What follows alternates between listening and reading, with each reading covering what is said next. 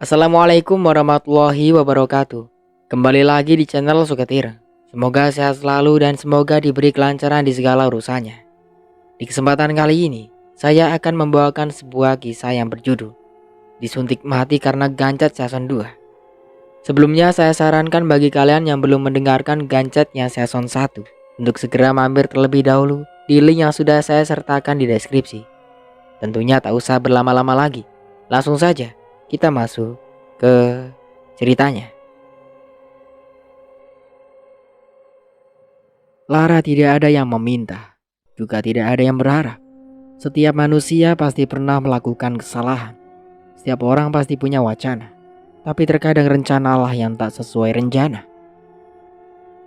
Mentari pagi yang mulai terbit di balik awan tampak sungguh elok. Sinarnya seolah memberi simbol harapan dan keindahan yang selalu bersedia memberikan kebahagiaan dan kehangatan bagi setiap insan yang merasakannya. Langkah demi langkah, kaki yang mulai lelah menelusuri jalanan bebatuan terjal. Beberapa puluh menit kemudian, akhirnya kami tiba di puncak Gunung Dempo. Saat tiba di atas puncak Merapi Gunung Dempo, Tina berteriak, "Tuhan, kapan aku bahagia?" Tina meluapkan semua keluh kesah yang selama ini melulu lantahkan kebahagiaan yang sudah nampak sangat nyata di depan mata. Tangisnya pecah, tubuhnya lemah hingga membuatnya terjatuh ke tanah bebatuan Gunung Dempo. "Tony, kenapa kamu biarkan aku menanggung semua penderitaan ini? Jemput aku, Tony, jemput aku." Rupanya di sepanjang pendakian dia memendam rasa itu. Tangisku pecah melihatnya. Begitu berat beban yang harus Tina jalani. Seberat itukah untuk dia memaknai arti dari sebuah kehidupan demi menggapai sedikit kebahagiaan? "Tina, apa yang ingin kamu lakukan?" Aku mencekal lengan Tina tatkala ia ingin terjun ke dalam kawah Merapi Gunung Dempo. "Biarkan aku mati, Tio. Biarkan aku pergi menyusul Tony." Tina memberontak, berupaya membebaskan diri dari pegangan tanganku. Tapi aku tak tinggal diam. Takkan kubiarkan dia melakukan kebodohan itu. Plak, aku terpaksa main tangan. Karena dengan cara ini bisa menyadarkan dia. "Biarkan aku mati, Tio." Perlahan suara itu mulai merendah. Aku memeluknya sebagai tanda kepedulian. "Aku tahu semua ini berat bagimu, tapi ini bukan cara yang baik untuk keluar dari permasalahan. Aku sudah tidak kuat lagi, Tio. Aku sudah tak kuat." Perlahan tangis itu mulai reda. Harus menyisakan kalimat mengutuk keadaan seolah tak menerima takdirnya. "Luapkan semua beban di dalam dadamu, tapi jangan kamu lakukan hal itu. Takdir tidak adil kepada aku, Tio. Takdir tidak adil." "Takdir sudah sangat adil kepadamu, Tina. Hanya saja, semua itu butuh proses, atau bahkan pengorbanan. Kamu beruntung karena masih diberikan kesempatan kedua untuk memperbaiki kualitas dirimu." Perlahan Tina melepaskan dirinya dari dalam pelukanku. "Tidak, Tio. Kesempatan ini malah membuatku tersiksa." Tina menyeka air matanya, kemudian berjalan selangkah menjauh dariku. "Lihatlah keindahan negeri di atas awan di depan sana. Pohon cantik yang menguning kita lalui. Kawah yang bersih tanpa ada sedikit kabut menghalanginya. Itu semua sebagai bukti bahwa alam masih ingat ramah padamu." Tina terdiam. Air matanya mulai berhenti tatkala melihat keindahan negeri di atas awan. Ditambah lagi air kawah yang membiru. "Sadarlah, Tina. Masalah yang kita dapatkan dari realita kehidupan begitu kecil di mata alam. Semua itu tidak ada apa-apanya. Lihatlah keindahan yang tampak begitu nyata di depanmu. Ini adalah salah satu contoh kecil kebahagiaan yang Allah janjikan." Sepertinya aku mulai mendapatkan momentum untuk bisa menasihatinya. Hingga sebuah perbuatan yang seolah ada yang menggoyahkan tubuh membuatku sadar. "Mas, bangun, ada tamu." Murniati membuatku terjaga seutuhnya dari tidur. Ternyata aku hanya mengalami mimpi. Perempuan ini telah melengkapi kebahagiaan rumah tangga kami dengan memberikan seorang jagoan kecil yang sekarang sudah berusia 1 tahun. Siapa? Aku tidak tahu, kata ibu, dia teman Mas waktu sekolah dulu. Melihatku yang sudah bangun dari tidur, Murni ke dapur untuk membuat sangkir kopi untukku. Laki-laki atau perempuan? Perempuan, Mas. Mending daripada banyak tanya. Mas lihat saja ke depan. Saat ini dia sedang ngobrol dengan ibu, Mas. Di tahun kedua pernikahan kami, aku mengambil cuti tahunan untuk 15 hari ke depan. Karena jika tidak diambil, perusahaan tempatku bekerja akan menghanguskan jatah cuti itu.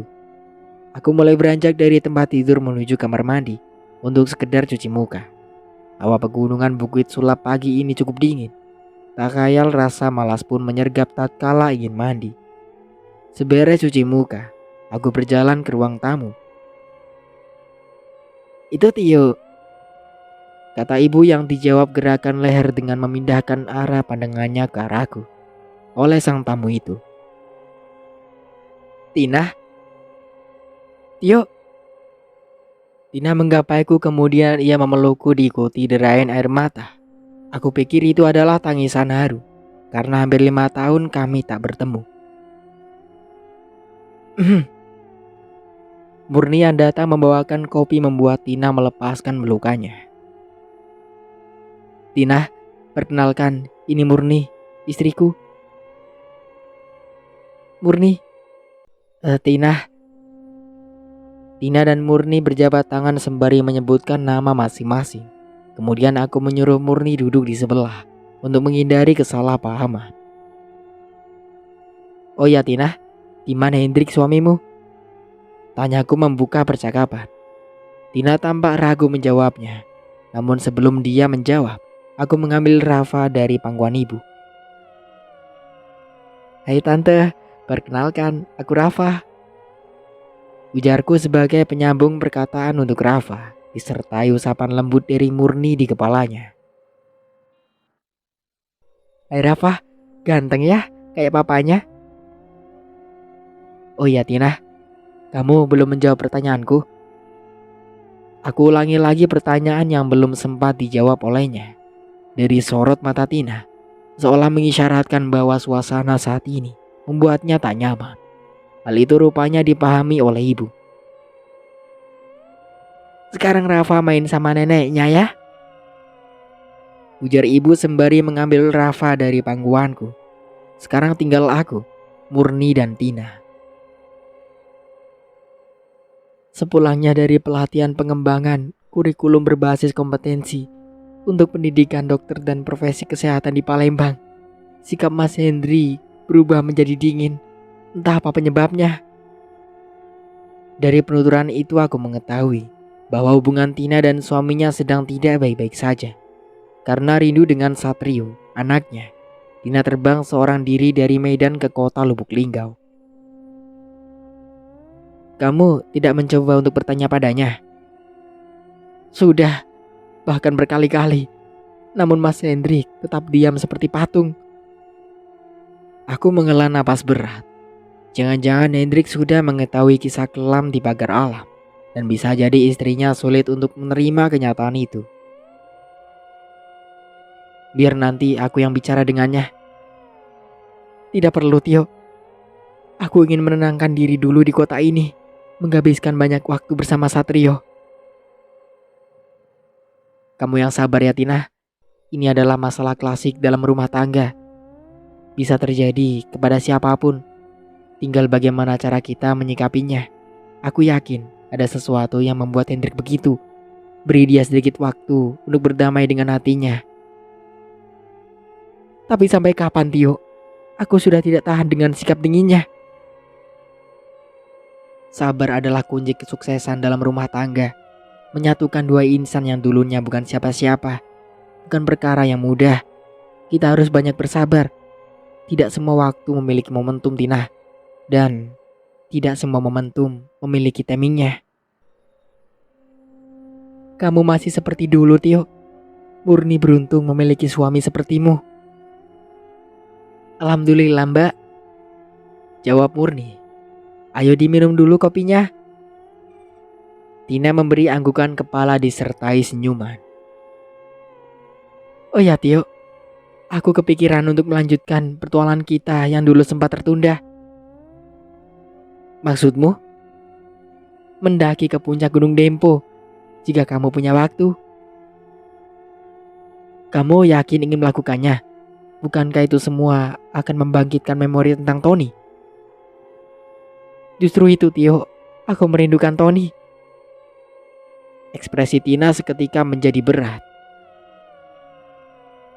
Ide bagus tuh, aku boleh ikutkan mas? Sambung Murni. Kita pikirkan lagi nanti. Ayolah mas, mumpung lagi cuti. Tina hanya tersenyum melihat rengakan Murni. Iya, tapi Rafa gimana? Kan ada ibu. Aku menghela napas berat. Jika sudah begitu, keinginan Murni harus terpenuhi. Belum siap rasanya melihat cemberut di wajah manisnya itu. Mendaki gunung butuh kesiapan fisik dan mental. Tidak boleh sembarangan. Berat untuk bisa mengabulkan permintaan dua wanita ini, terkhususnya Tina. Aku tidak yakin ini semua bisa mendamaikan suasana hatinya.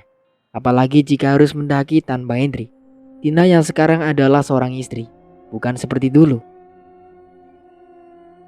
Mau ya Tio? Timpal Tina. Iya, kita hubungi Bang Roy dulu.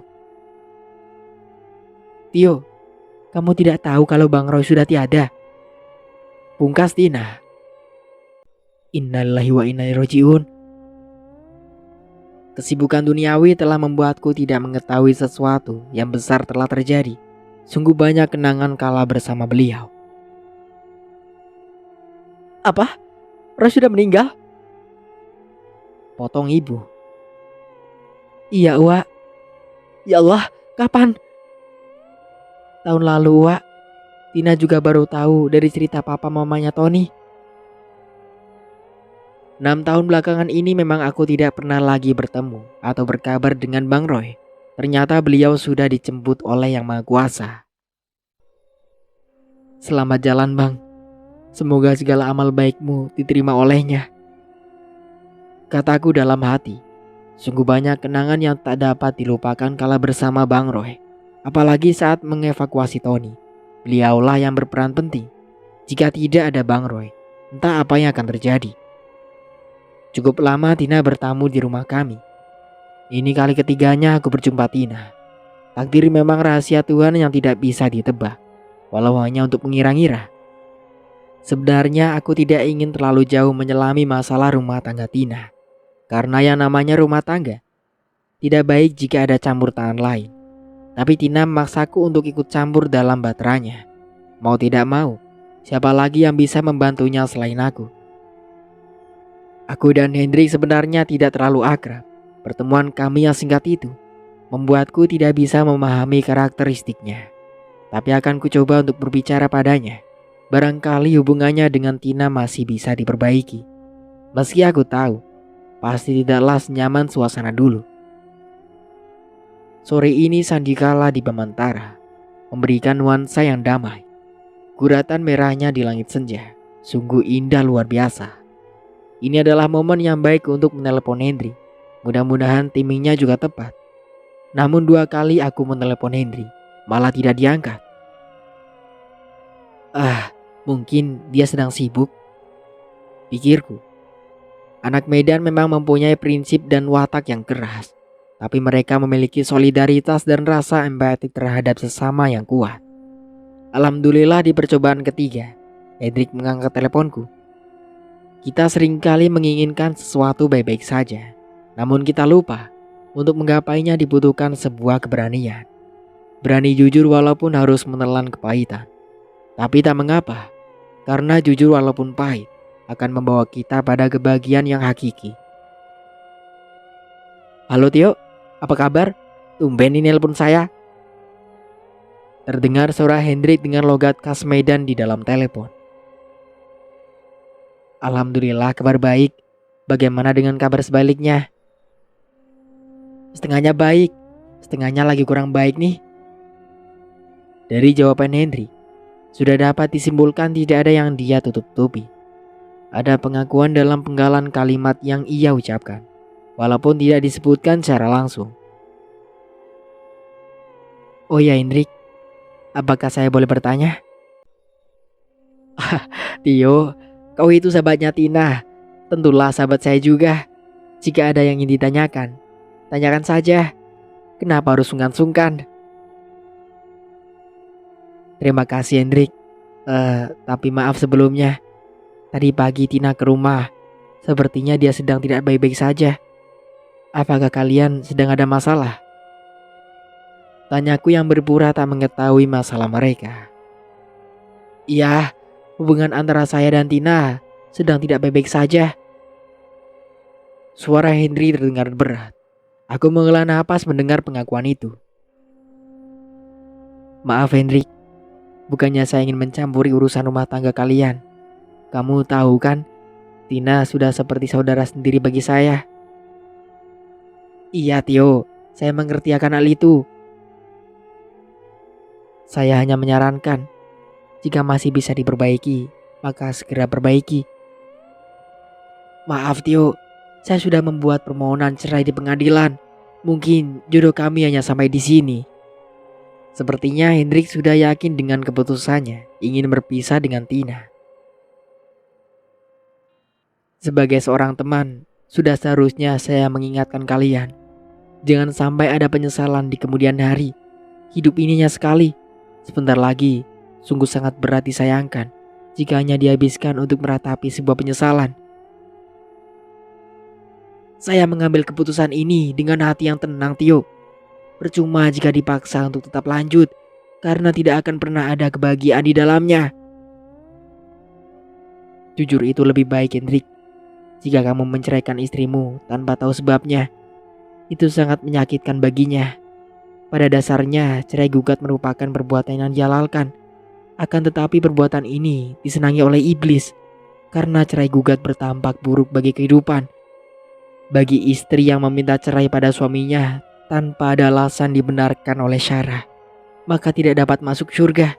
Bahkan mencium bau surga saja tidak bisa.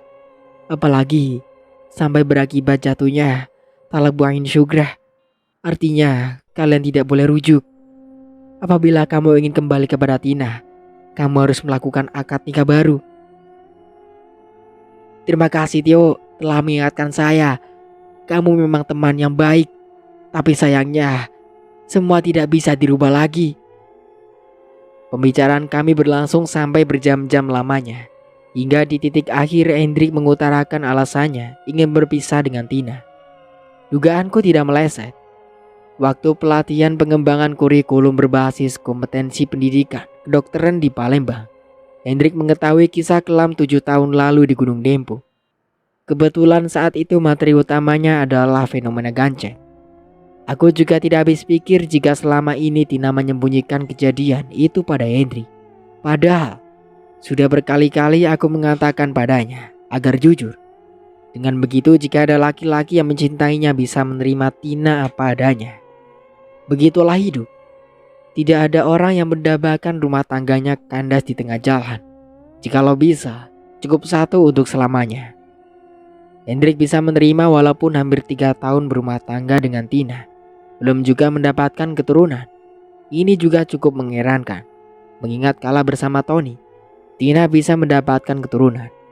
Namun bersama Henry, walaupun tidak mengikuti program keluarga berencana atau KB selama 3 tahun ini, belum ada tanda-tanda kehamilan. Mungkin Tuhan punya rencana di balik semua ini. Tapi entahlah, hanya Sang Pencipta alam semesta lah yang tahu. Manusia hanya bisa berencana. Apapun hasil akhirnya kita hanya bisa mensyukurinya saja. Inilah alasannya Tio. Jika aku jujur, mana ada orang yang mau menerimaku. Derayan air mata Tina sudah cukup memberi gambaran bahwasanya selama ini bullying tentang kisah itu masih terus dia dapatkan. Kamu salah Tina. Fakta yang menyakitkan itu lebih baik daripada fiksi yang menyenangkan. Justru jujurlah akan membawamu pada kebahagiaan yang hakiki. Air mata Tina kian deras tatkala aku mengatakan bahwa Hendrik telah melayangkan surat permohonan cerai di pengadilan agama Kota Medan. Kamu yang sabar ya Tina. Di balik sebuah kejadian akan ada hikmah seluas samudra. Beberapa menit sesudah itu, Tina berpamitan pulang. Ada rasa iba melihat langkahnya yang pergi dari rumah kami dan kembali pulang menuju rumah Om Wardana dengan wajah tertunduk dan tak bersemangat. Andai Mang Wardi dan Biwanti yang kini tinggal di Musi Banyuasin mengetahui apa yang sedang terjadi pada anaknya, mungkin dia sudah menyusul Tina dan mengajaknya pulang ke rumah mereka. Untuk beberapa hari ini, Tina tinggal di rumah Om Wardana tanpa ditemani siapapun. Hanya ada Satrio, sang buah hati yang menjadi kekuatannya untuk melewati hari-hari. Aku ngilu membayangkan semua itu. Kuharap Tina kuat menghadapi kenyataan pahit ini. Kasihan Tina mas, saat ini dia sangat rapuh. Dia butuh support dari kita. Iya, entah apa yang ada di dalam pikiran Tina. Kenapa dia tidak memberitahu kedua orang tuanya?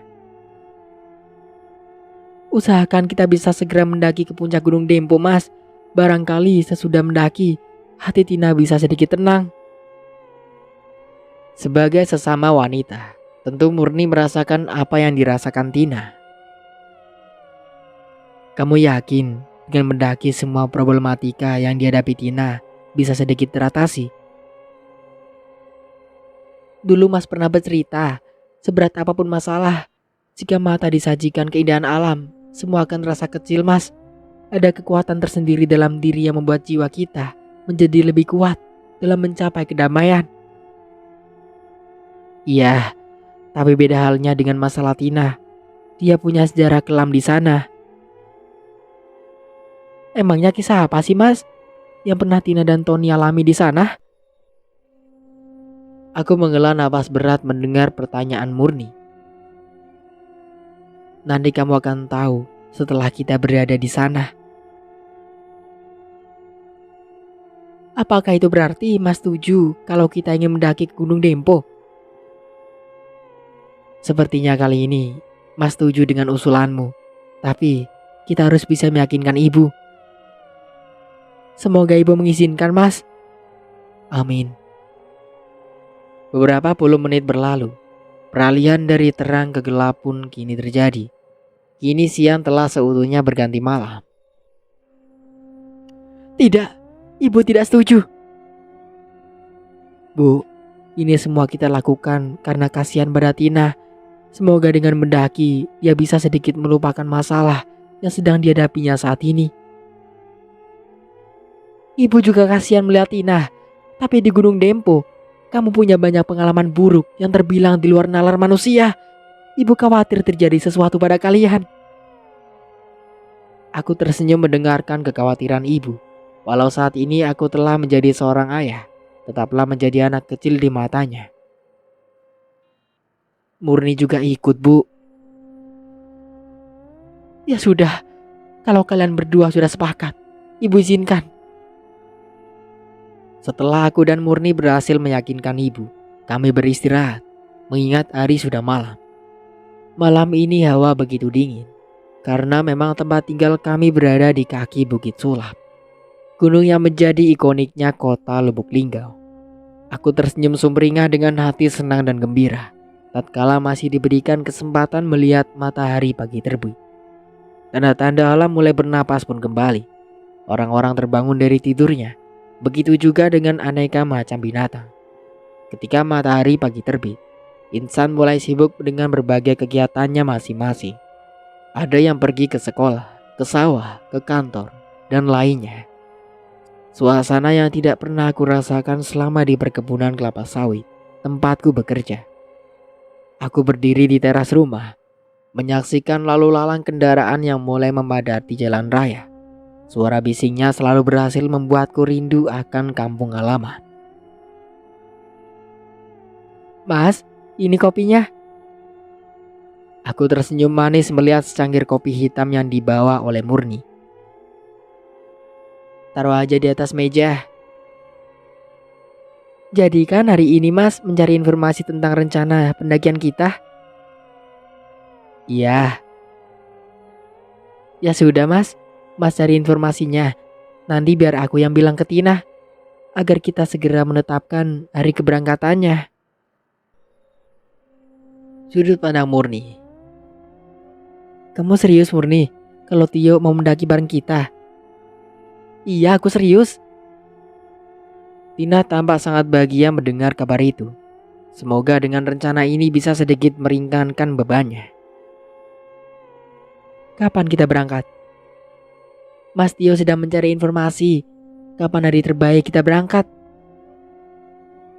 Kalian jadi ingin mendaki? Timbrung Om Wardana. Iya Om. Nanti kalian berangkatnya berempat bersama Leo. Takut terjadi apa-apa sama kalian. Leo jebolan Akademi Mapala Silampari.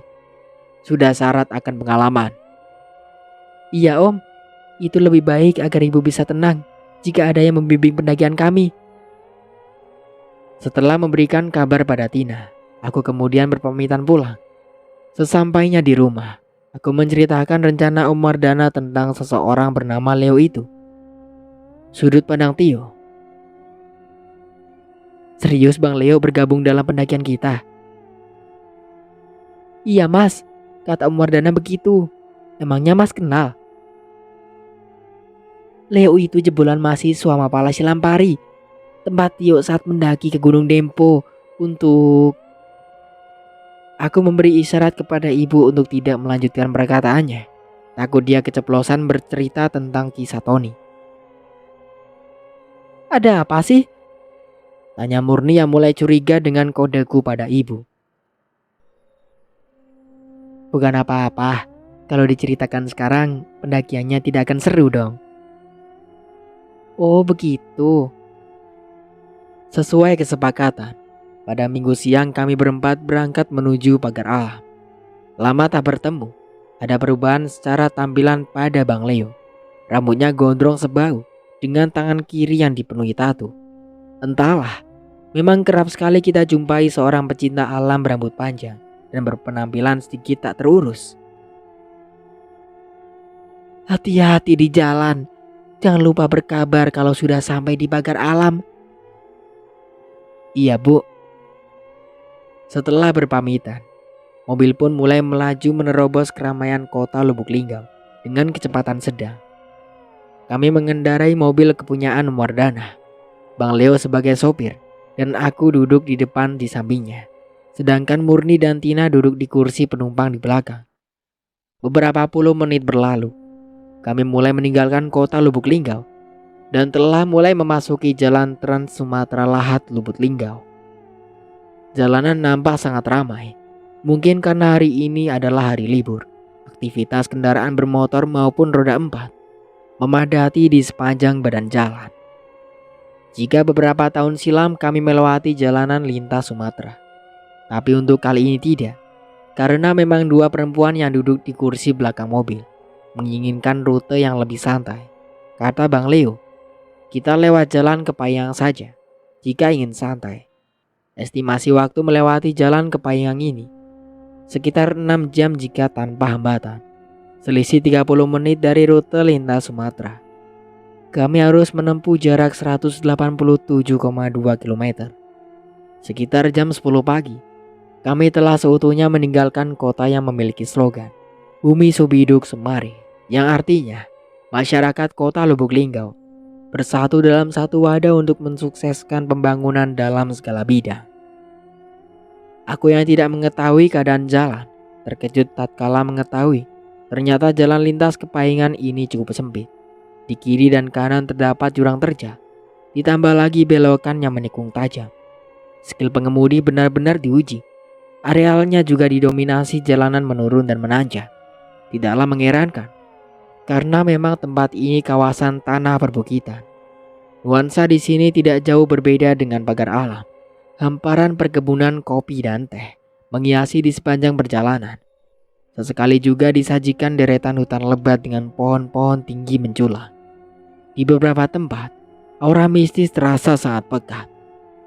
Sejurus kemudian, tanpa terasa tatkala langit senja mulai menguning, kami telah memasuki kota pagar alam. Berbeda dari tahun-tahun sebelumnya, kini ada perkembangan yang signifikan dari kota pagar alam. Bukan dari segi infrastrukturnya saja, tata letak kotanya juga sudah sangat tertata. Beberapa rumah adat suku Basema sudah jauh lebih dihargai dari sebelumnya. Oh ya, Kuma Bagi atau rumah bagi, yang juga disebut Kuma Tatahan, merupakan rumah adat tradisional di Provinsi Sumatera Selatan yang dibangun oleh suku Basema atau disebut juga Basema. Suku leluhur Sumatera Selatan, Payung Serunting Sakti, yang terkenal dengan sumpah serapah si pahit lidah. Selain suku Basema, terdapat suku tertua lainnya di Sumatera Selatan, yaitu suku Komering, suku leluhur si mata empat. Konon katanya, dahulu kala Serunting Sakti mengutuk anak cucu yang berasal dari suku Komering akan hilang tanpa jejak jika mendaki ke Gunung Dempo. Dari kisah itulah beredar kabar ada larangan mendaki ke Gunung Dempo untuk anak cucu yang berasal dari suku Komering. Kisah-kisah legenda seperti inilah yang membuat destinasi gunung yang akan kita daki menjadi istimewa. Biarkan sejarah itu tersimpan rapi dengan misterinya. Tanpa terasa dikala hari mulai menggelap, akhirnya kami tiba di tujuan akhir di desa Demborejo. Namun ternyata setelah Bang Roy meninggal, Kak Farida pindah ke desa kelahirannya. Alhasil kami kebingungan tidak tahu harus menginap di mana. Sedangkan hari sudah mulai sore. Bang Leo menyarankan untuk mencari Glomor Kambing saja. Katanya selain biayanya murah, kita juga bisa memejamkan mata dengan pemandangan alam semesta. Aku pun berselancar di internet dan bertamu ke rumah Mbak Google, Dusun Camp. Mataku tertuju pada satu halaman. Di sana dijelaskan, walaupun baru diresmikan, berbagai fasilitas lengkap tersedia di sana. Alhasil tempat ini berhasil membuatku penasaran. Gimana? Dapat? Tanya Bang Leo. Dapat. Ya sudah, langsung booking saja. Barangkali masih ada tempat yang bisa disewa. Kami pun masuk ke dalam mobil dan segera melaju ke tempat yang dituju. Tidak butuh waktu lama, hanya beberapa menit saja kami akhirnya sampai. Wah, ramai betul ya mas? Iya, coba Dik tengok ke belakang. Subhanallah, gagah sekali ya mas. Murnia selama ini hanya melihat Bukit Sulap yang memiliki tinggi 700 meter di permukaan laut. Takjub tatkala indera penglihatannya menyaksikan kegagahan Gunung Dempo. Musabab itulah dia ngotot ingin berpartisipasi dalam pendakian kali ini. Inilah negeri surganya alam Sumatera Selatan. Beberapa pengunjung yang datang lebih awal menyapa kami dengan ramah. Obrolan hangat pun terjadi di sela-sela pendaftaran via manual. Karena beberapa menit sebelumnya kami sudah mendaftar via online. Setelah pendaftaran selesai, aku membantu Murni dan Tina menurunkan barang-barang untuk dimasuk ke dalam tenda. Tio, biar mereka yang mengurus barang-barang. Kita ke masjid dulu. Azan maghrib telah berkumandang. Subhanallah, di balik penampilannya yang sedikit urakan, ternyata Bang Leo tidak melupakan kewajibannya sebagai hamba Tuhan. Di sana aku setuju dengan kalimat yang mengatakan, jangan menilai dari penampilan. Hati yang kaya mungkin berada di bawah mantel yang buruk. Seperti mawar indah yang memiliki duri. Semakin seorang tampak bagus di luar, patut diragukan isi dalamnya. Kami pun berpamitan pada Murni dan Tina. Setelahnya, kaki mulai meniti langkah menuju masjid yang telah disediakan Dusun Camp ini. Sholat pun ditutup dengan 2 salam. Kemudian dilanjutkan dengan acara bersalam-salaman sembari membacakan sholawat. Adek ini Tio kan? Dunia begitu sempit. Di dalam masjid kami berjumpa ketua brigade, Pak Mustaqim. Loh, Bapak masih mengenali saya? Mana mungkin saya lupa denganmu Tio. Kamu adalah gambar sahabat sejati. Perjuanganmu kala itu sungguh luar biasa. Terima kasih Pak. Alhamdulillah Bapak masih ingat saya. Salam. Bapak masih ingat saya kah? Pak Mustaqim mencoba mengingat-ingat Bang Leo. Kamu Leo kan? Mahasiswa Mapala hasil Lampari. Benar Pak. Saya salut dengan Bapak. Walaupun sudah berusia, ingatannya masih tajam. Padahal hampir 7 tahun kita tak bertemu. Weh, kan anak gunung. Fisik dan mentalnya kuat. Seolah melepas rindu, obrolan hangat pun terjadi di sela-sela kaki yang melangkah keluar masjid. Oh ya Tio, apakah kalian berdua ingin mendaki ke puncak Gunung Dempo? Iya Pak, sebenarnya kami tidak berdua, tapi berempat. Saya bersama istri, Tina dan Bang Leo. Mana istrimu? Ada Pak, di dusun camp. Kenapa kalian tidak menginap di rumah Bapak saja? Kan lebih dekat kalau mau mendaftar simaksi. Kami tidak tahu rumah Bapak. Lagian di sini sudah booking jauh-jauh hari Pak. Sayang sekali ya, padahal di rumah Bapak sepi. Istri saya pasti senang jika mendengar kamu di sini. Soalnya banyak warga yang penasaran dengan sosok sahabat Tony yang berjuang turun gunung seorang diri di tengah hujan deras. Terima kasih Pak. Insya Allah saat turun nanti kami akan mesempatkan bermalam di rumah Bapak. Baik Tio, ya udah saya tunggu. Oh ya Pak, ini istri saya. Aku memperkenalkan Murni pada Pak Mustaqim saat kami telah sampai di tenda. Disambut salam dengan kedua tangan tertelungkup di dada oleh Murni. Siapa namamu nak? Murni Pak. Ada yang aneh dengan Pak Mustaqim tatkala bertemu dengan Murni. Tatapan matanya seolah mengisyaratkan ada kerinduan yang mendalam di hatinya. Oh iya Tio, berhubungan saya di sini dalam rangka tugas. Saya permisi dulu. Sampai jumpa besok di base camp brigade. Ayo semuanya, saya pamit dulu. Assalamualaikum. Waalaikumsalam. Jawab kami berbarengan. Kenapa Bapak itu melihat Murni begitu ya Mas? Mungkin dia tidak pernah menyangka kalau Mas mendapatkan istri secantik kamu. Apaan sih Mas? Seberes makan malam dan sedikit berbicara tentang rencana pendakian besok, kami masuk ke dalam tenda untuk mengistirahatkan tubuh. Musabab seharian duduk di dalam mobil membuat tubuh terasa pegal-pegal. Malam ini cuaca begitu dingin. Hal itu pula membuat kami tidak membutuhkan waktu lama untuk bisa terlelap tidur. Namun sekitar jam 4 pagi, aku terjaga karena mendengar riuh di luar tenda.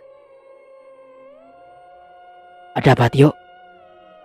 Tanya Bang Leo yang juga bangun akibat suara riuh itu. Entahlah, sepertinya ada sesuatu yang sedang terjadi. Aku dan Bang Leo segera bergegas keluar tatkala mendengar suara ibu-ibu menangis histeris di luar tenda. Ada apa Bu? Tanya Bang Leo menghampiri ibu itu. Anak saya. Anak ibu kenapa? Gak ada di tenda. Perkataan ibu itu membuat pengunjung lainnya terjaga. Suara kini menjadi ramai dan menegangkan tatkala ibu itu mengatakan anaknya yang baru berusia 4 tahun itu hilang. Mama ini bagaimana? Anak kok main ditinggal-tinggalin aja? Sabar Pak, kita cari bersama-sama. Jangan saling menyalahkan, ujar Bang Leo. Mas, ada apa? Ada apa Tio? Ada anak hilang. Astagfirullah. Dusun kami ini memang berada di bantaran sungai. Mendengar dari penjelasan ibu itu mengatakan, saat ia ke sungai anaknya masih tidur. Kuat dugaan anak itu tenggelam, diragukan. Siapa namanya Bu? Tanyaku kepada ibu itu. Surya. Surya? Surya? Percuma dek, anak saya bisu dan tuli. Ya Tuhan, ini akan menyulitkan pencarian, mengingat anak itu bisu dan tuli. Tim pengelola dan beberapa pengunjung lainnya berpartisipasi mencari anak itu. Murni, Tina, kalian tetap di sini. Jangan kemana-mana. Aku dan Bang Leo akan membantu pengunjung lainnya mencari anak itu. Setelah mengambil headlamp, aku dan Bang Leo bergabung dengan pengunjung lainnya menyusuri bantaran sungai. Adzan subuh mulai terdengar, tapi Surya belum juga ditemukan. Kami telah menyusuri sungai sampai beratus-ratus meter. Hasilnya tetap sama. Bagi yang mulai datang memudahkan pencarian, tapi lagi-lagi hasilnya tetap sama. Sudut pandang Murni. Yang sabar ya Bu, anak ibu pasti ditemukan. Ibu itu masih terus saja menangis, meratapi keteledoran yang dia lakukan. Surya, maafkan Mama nak, kamu di mana? Ibu berdoa saja ya, semoga Surya segera kembali dengan selamat. Iya Bu, kita berdoa saja. Sambung Tina. Tina, kamu tetap di sini. Aku mau mengambil air putih untuk ibu ini. Baik Murni. Aku pun masuk ke dalam tenda ibu itu. Kemudian mengambil gelar dan menuangkan air minum ke dalamnya. Namun ketika sedang menuangkan air minum, sebuah pergerakan di balik selimut bekas tidur ibu itu membuat jantungku berdetak kencang. Mataku melotot, mendelik ketakutan tatkala selimut itu berdiri dengan sendirinya. Ya Tuhan, apa itu? Jikalau sosok di balik selimut itu tidak segera menampakkan wujudnya, ingin rasanya aku berteriak. Sejurus kemudian, seorang bocah berkepala pelontos keluar dari dalam selimut itu. Dek, kamu siapa? Bukannya menjawab, anak itu malah diam. Ekspresinya yang aneh, dengan sorotan mata tajam, membuatku tak bisa berkata-kata. Anak itu bangkit. Kemudian berjalan keluar tenda tetap dengan ekspresi anehnya dan tidak menghiraukan keberadaanku. Aku yang dari tadi tercengang akibat ulahnya, baru tersadarkan ketika gelas yang kuisi air penuh dan membasahi tangan. Surya, kamu dari mana nak? Ibu mengkhawatirkanmu. Buru-buru aku keluar tatkala mendengar perkataan ibu yang bersamaan Tina di luar tenda. Lega rasanya setelah mengetahui bahwa bocah itu adalah Surya si anak hilang. Murni, kamu menemukannya di mana? Tanya Tina. Aku tidak menemukannya, tapi anak ini yang keluar sendiri dari balik selimut. Dengan perasaan senang bercampur malu, si ibu yang belum diketahui namanya itu berterima kasih padaku, seolah-olah akulah yang menemukan anaknya. Terima kasih dek, ini Surya anak saya. Perkenalkan, saya Ibu Nelly. Alhamdulillah, syukurlah jika itu adalah anak ibu. Sudut pandang Tio. Raut kekesalan dan kekecewaan dari pengunjung dan tim pengurus yang ikut menelusuri bantaran sungai sangat terlihat, termasuk aku dan Bang Leo. Kamu belum mencari, tapi sudah teriak hilang. Bikin repot orang banyak saja. Kesal suami Ibu Nelly pada istrinya. Dari sana terungkap kebenarannya. Ternyata saat Ibu Nelly ke air, Surya memang ikut karena takut sendirian di tenda. Namun karena masih mengantuk, Surya kembali lagi ke tenda. Biar tidak terlalu takut, dia menutup semua bagian tubuhnya dengan selimut. Ditambah lagi rasa ingin menyergap membuatnya semakin nyaman di dalam selimut itu. Kepada semuanya saya mohon maaf karena telah mengganggu waktu liburan keluarga kalian. Anak saya ternyata tidak hilang, melainkan hanya kecerobohan istri saya yang tidak mengetahui kalau Surya menutup semua bagian tubuhnya dengan selimut. Saya juga mengucapkan banyak terima kasih atas waktu dan partisipasi kalian semua. Orang-orang yang tadi ikut mencari segera kembali ke tenda masing-masing. Beberapa mengumpat dengan suara rendah akibat kesal. Terima kasih juga Dek Tio dan Dek Leo. Gara-gara anak saya, waktu liburan kalian terganggu. Seberes mandi dan berganti pakaian, kami memutuskan untuk mencari sarapan pagi. Namun ketika hendak mencari sarapan, Pak Mustaqim datang ke dusun camp menghampiri kami. "Kalian sarapan paginya di rumah saya saja. Istri saya sengaja masak banyak. Ia menyuruh saya mengundang kalian untuk sarapan pagi bersama." "Alhamdulillah, dapat rezeki nomplok kita hari ini." Mendengar tawaran dari Pak Mustaqim, aku dan Bang Leo menyelesaikan administrasi check out. Kemudian mengepak semua barang-barang, lalu berangkat menuju rumah beliau. Tidak sampai berpuluh-puluh menit, akhirnya kami tiba di kediaman Pak Mustaqim kedua brigade. Ada yang aneh dari ekspresi istri Pak Mustaqim saat melihat Murni yang perlahan turun dari mobil. Kami kebingungan tatkala melihat istri Pak Mustaqim memeluk Murni dengan erat, disertai mata yang mulai sembab. "Sudah Bu, disuruh masuk saja dulu." Istri Pak Mustaqim seolah enggan jauh lagi dari Murni. Ia menggandeng tangannya mengajak masuk dan sedikit mengabaikan kami bertiga. Saat di dalam rumah, kami baru mengetahui tatkala melihat sebuah foto berukuran besar terpampang di dinding. Seorang perempuan yang mengenakan pakaian lengkap sarjana. Di kiri dan kanannya, Pak Mustaqim dan istrinya. "Ini foto anak kami satu-satunya. Namanya Nelly Minarsi." Kami terkejut tatkala mengetahui anak Pak Mustaqim ini sangat mirip dengan Murniati, istriku. "Kok bisa ya? Di dunia ini adalah dua orang yang berbeda memiliki wajah yang sangat mirip," ujar Tina. Dari sana aku mengetahui kenapa saat pertama kali melihat Murni kemarin sore, ekspresi Pak Mustaqim berubah, seolah ada rindu yang teramat dahsyat dalam dirinya. "Sekarang Nelly di mana, Pak?"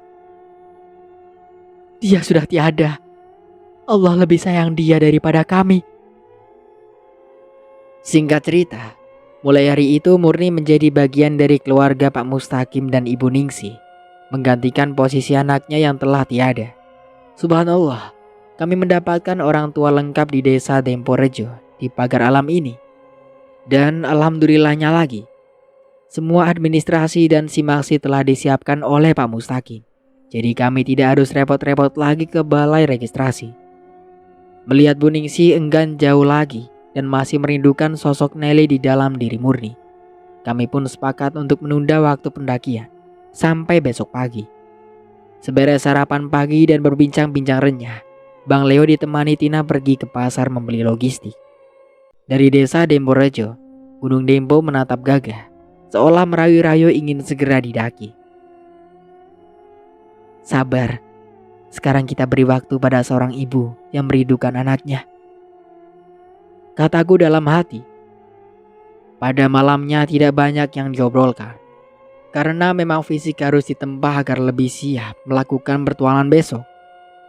Seberes ina-inu dan makan malam, kami berpamitan pada Pak Mustaqim untuk mengistirahatkan tubuh. Lagi-lagi, sama seperti sebelumnya, tidak membutuhkan waktu lama untuk mata terbejam. Dan akhirnya, bangun pagi pun hanyalah sebuah wacana semata. Pagi ini cuaca nampak cerah ceria. Aktivitas lalu lalang warga berjalan dengan lancar. Pagar alam menyambut pagi kami dengan damai. Hawa dingin yang menyergap membuat kegiatan ngopi bareng menjadi sangat menyenangkan. Setelah menyiapkan fisik dengan cara mengendorkan otot-otot yang kaku, kami mengepak ulang carrier, menitikan barang-barang yang tidak perlu dibawa di rumah Pak Mustaqim. Seberes packing, kami mulai pendakian.